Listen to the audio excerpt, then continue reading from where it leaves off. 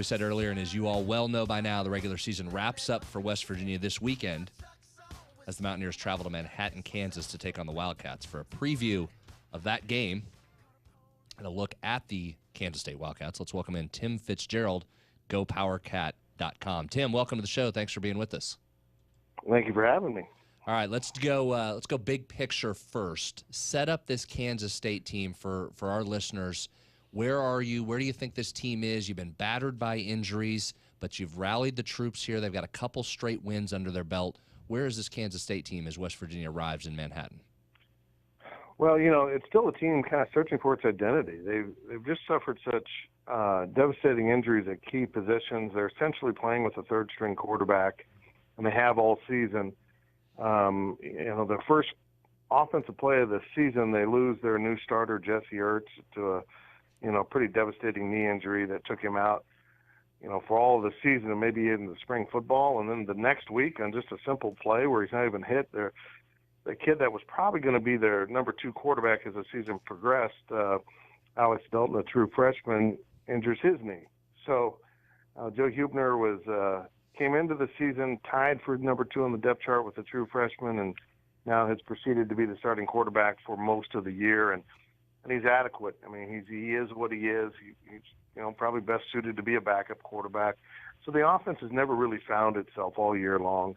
And defensively, in the first half of that first ball game, you had your all Big 12 safety and Dante Barnett go down with a shoulder injury, and he's been lost for the year. It's ended up being a kind of severe bone break, and now he'll be back next season, going to take a medical hardship and return. So essentially, your 2 leaders on either side of the ball are lost in the first half of the first game of the year, and they've had just a number of injuries in that secondary all year long. And in the Big 12, if you're playing with a bunch of freshmen and unproven sophomores, which K-State is, you're going to have issues, and K-State sure has had issues on defense.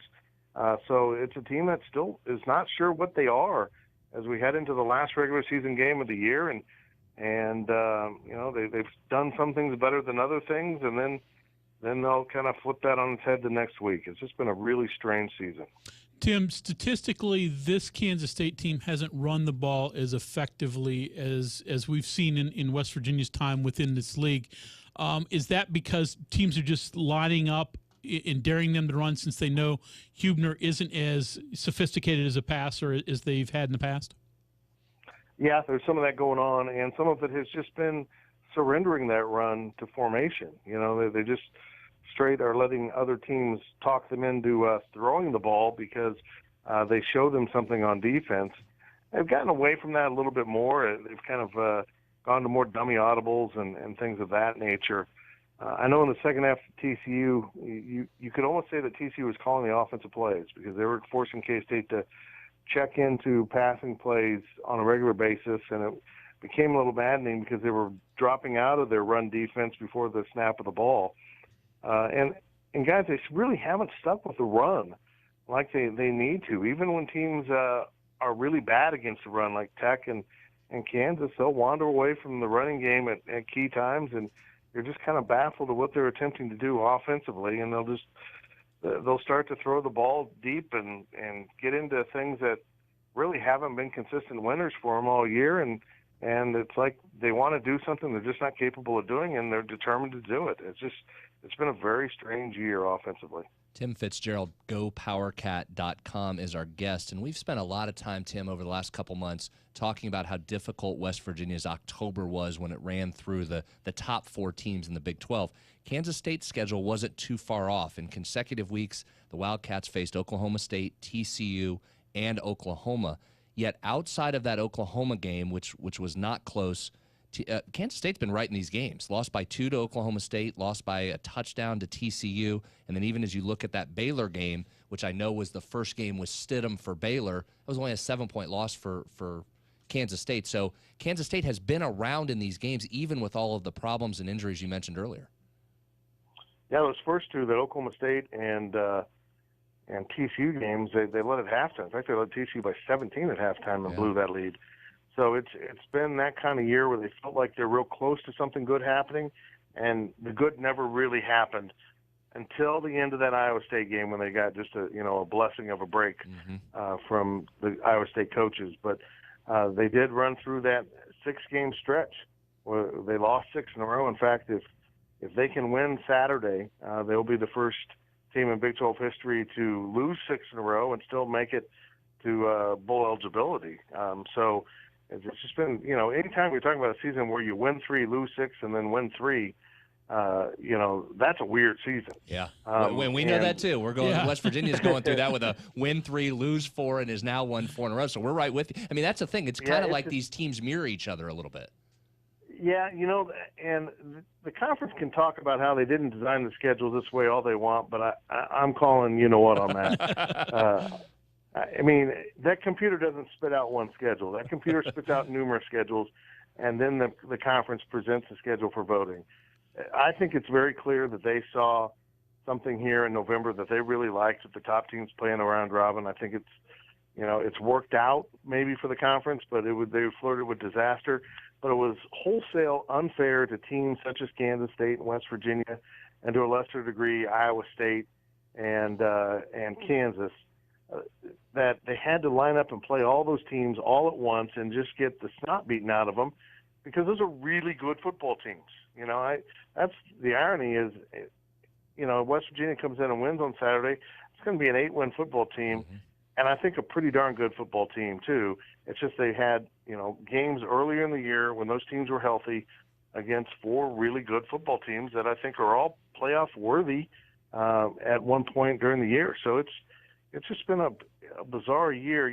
West Virginia's kind of had it settle in going the other way now with 3 3 out of these last 4 at home, and the one road trip being Kansas. So they've kind of had the rear end of that's worked out a little bit better than what K-State has had, where they just keep getting sent out on the road every time you think they're going to turn a corner. Off they go. They go to play Texas right after they beat Oklahoma and have to do it in a pouring rainstorm and lose that game.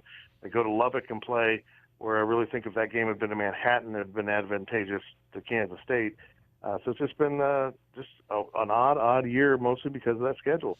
Tim, I would imagine the story, though, at least in Manhattan, doesn't center around this game, but the future with Bill Snyder.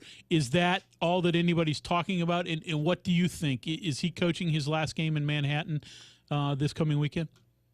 It depends on what day you ask me. Today I'll say yes. Yesterday I would have said no. Seriously. He is so, sometimes after games or on Tuesdays during his press conference, you'll think, yeah, he's done. He's just running the streak out here. And then other times he just seems like his old self, and he's going to be back and continue to do this. I'm not sure he knows. I think he might be the same way. Some days he's like, okay, this is enough of this. And other days it's like, let's keep rolling. It won't surprise me, guys, if he does retire. And I don't think he wants to do it with a bunch of hoopla. I think we all would like, in an ideal world, those of us around the program would like him to do it at the start of the year, take a goodbye tour, and have a successor named within the staff so recruiting doesn't really suffer.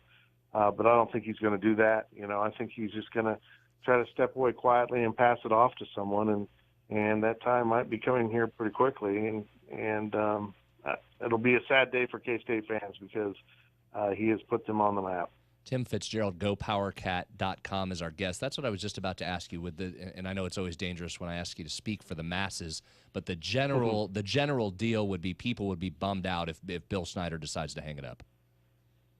Yeah, I think the masses, you get caught up in the vocal social media, Twitter people, but I think the masses generally feel when coach wants to step aside, that's fine. A season that at one point dipped to 3-6 kind of starts swaying that the other way with, maybe it is time for him to retire. And I'm of the opinion that I just don't want him to stick around so long it kind of falls apart around him, like we've seen other well-seasoned coaches do, be it Joe Pa or Bobby Bowden, where it kind of falls apart around him. You just don't want to see that. You want to see him to go out, maybe not on top. It's always tempting once they have a good season to come back and do it again.